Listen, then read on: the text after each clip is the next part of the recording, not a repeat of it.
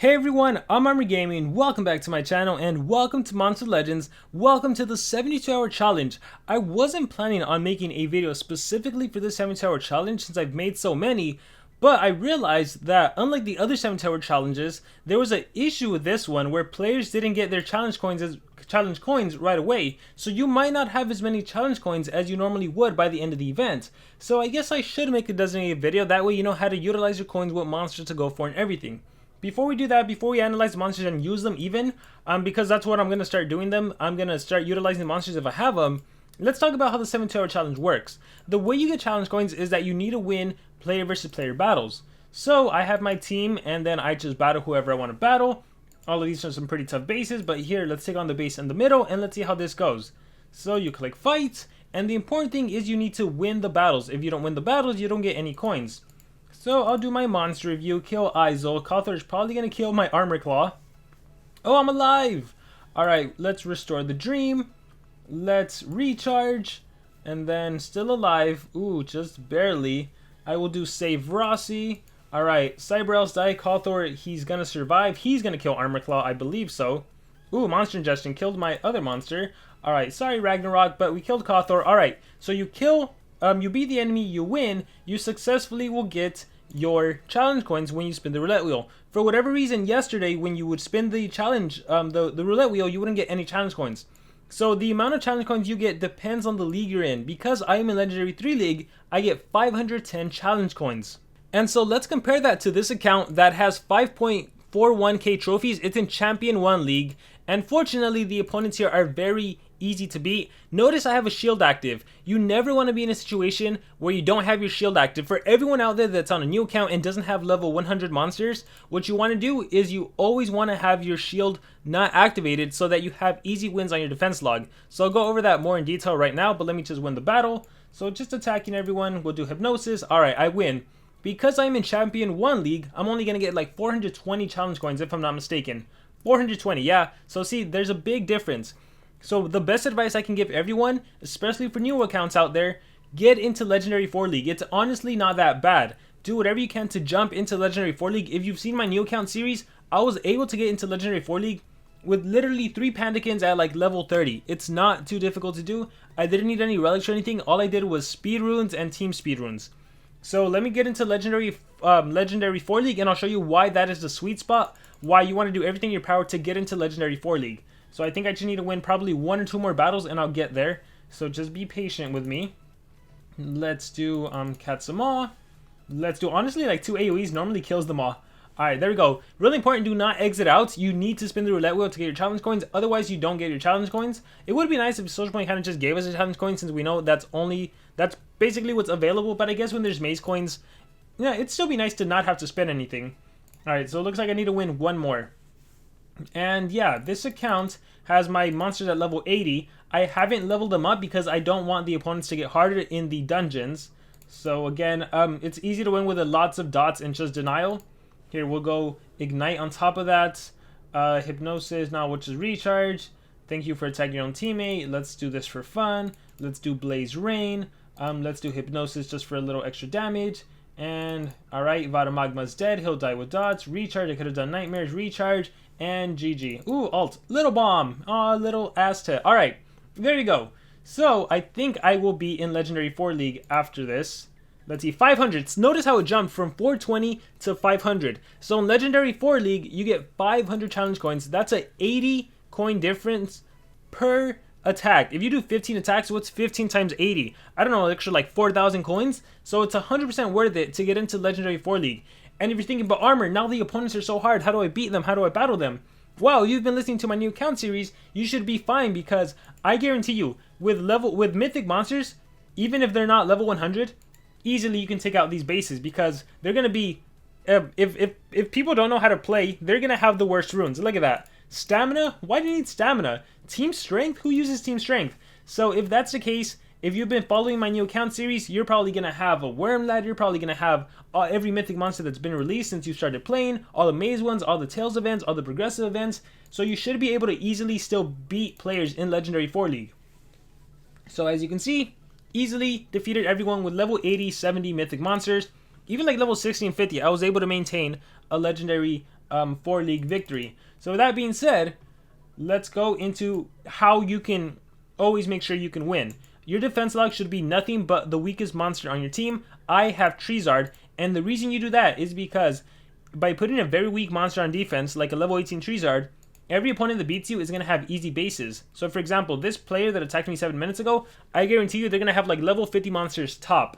Level 22, level 30, level 30. So then you can easily click fight, have a revenge, and easy victory in Legendary 4 League, so you will get your 500 challenge coins. So this is the easiest way to get challenge coins, is specifically for newer players. So you have to do this if you want to get your challenge coins. So yeah, get to Legendary 4, that's the sweet spot. It's easy enough to do that. Watch, I can refresh. It doesn't matter if there were to be tough bases, as long as you keep a weak... Look at that, level 4. So he's trophy dropping too, or making an easy revenge battle. So always do that. That is the key. So with that being said, you really don't want to be in a situation like I am on my main account, where I am battling super tough bases that take forever to beat. But anyhow, going back to the 7-Tower Challenge, that's how you get your challenge coins. And then, depending on who you go for, right? The cards you're gonna flip, blah blah blah, they shuffle, you get to select a card. That's really all a gimmick. There is no way to actually find the monster. And the reality is, you shouldn't even be going for the monster. The most valuable resource right here are the gems and the relics. And the reason I say that is, realistically, none of these monsters are meta. You're not going to be using any of these monsters to battle. As you saw from my baby account, level 70, level 80 mythic monsters are outpacing level 100 legendary monsters.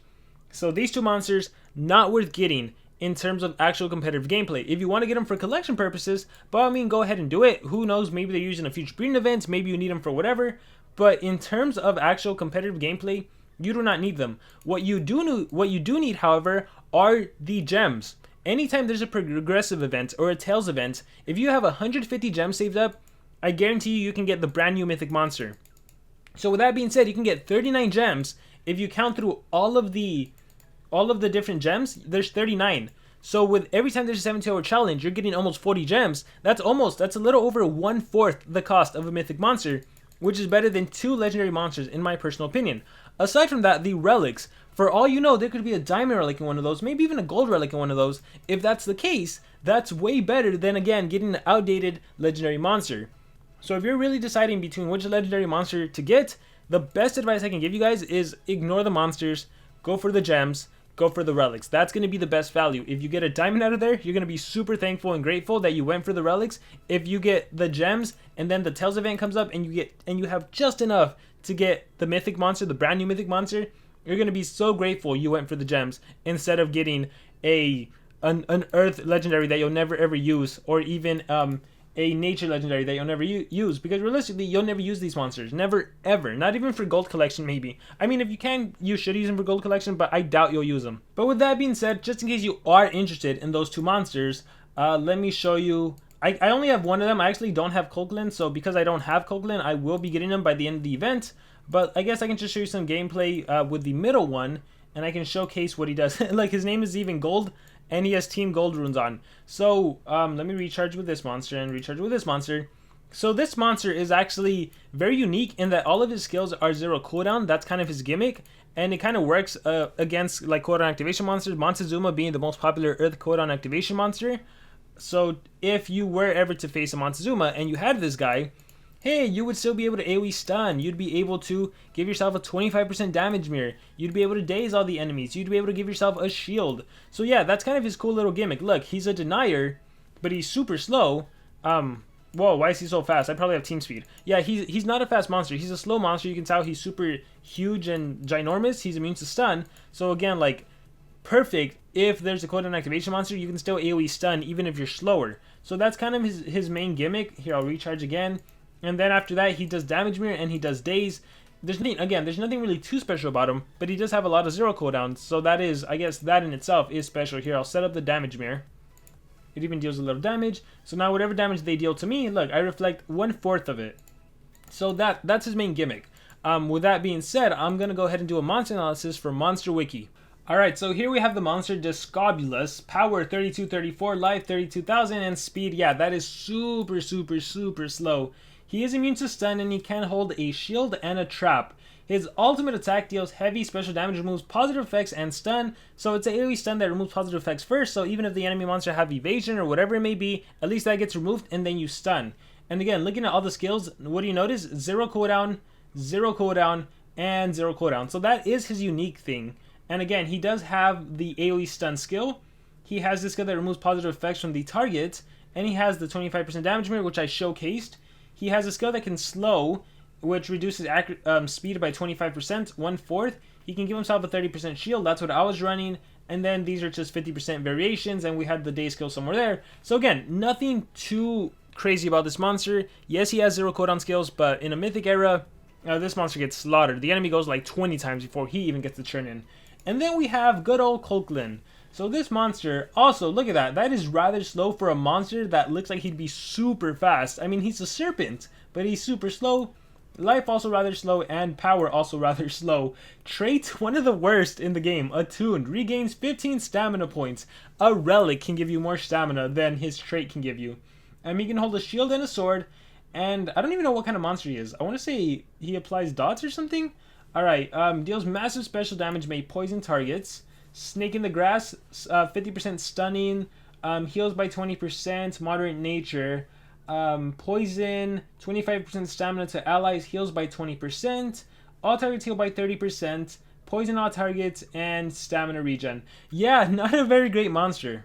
So yeah, quick analysis, and that's why at first I didn't want to make a video, but I figured I might as well since you might not have all the coins. So again, my advice is like, is it worth getting the monsters? I guess sure for collection purposes, but overall the best value are the gems because there are Tails event coming up. When the race is over, we're going to get a maze, and then we're going to get Tails event, we're going to get progressive events, so it's better to have gems, save them up, and use them for a mythic monster. But with that being said, here are the cost of getting the monsters. The epic monster cost 8,085, the monster in the middle is 14,740, and the monster on the right, Conklin, is 23,715. So my advice would be, if you notice, the amount of coins it costs to flip over a card increases as you go from left to right. So the first card flip for Horus is only 70 coins, compare that to 120, compare that to 200 for Conklin. So my advice would be, go for Horus and flip over cards until you get all of the gems.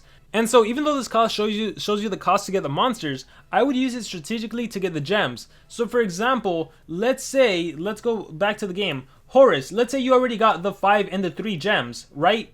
And you're at the point where it costs like 800 coins to flip over a card. Maybe you should switch over to the next monster and flip over some points up to the point where it costs less than 800 coins to flip over cards, and maybe you'll get gems sooner than you would trying to get the last ones on Horus. So just be smart and strategic about it.